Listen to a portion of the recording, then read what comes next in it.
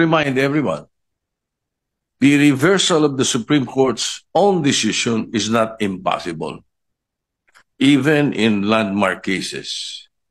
In the case of Labogal, Bilaan Tribal Association Incorporated versus Victor Ramos, GR number 127882, December 1st, 2004, questioning the constitutionality of Republic Act 7942 or the mining law, the Philippine mining law. The Supreme Court granted the MR, reversing and setting aside its earlier ruling. And also, Mr. President, just a few days ago, the Supreme Court reversed its own ruling on the definition of a stockholder.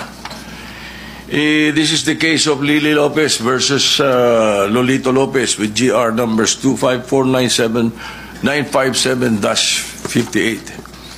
So, may kasabihan po tayo, ang tumatakbo ng matulin, kung matinik ay malalim. Kaya dapat siguro pag-isipan muna natin kung tama ba na bago magdesisyon ang Supreme Court, basta ibasura na natin ang kaso na ito.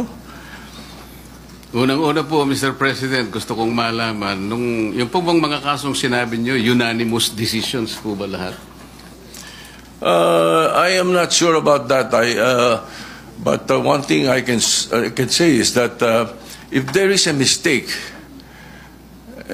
unanimous decision could become a unanimous mistake. Wala pa pong nangyaring gano'n, Mr. President. At saka po tayo, pag nananakbo, ako po ay nakasapatos at saka sa kalsada kaya hindi po ako matitinik.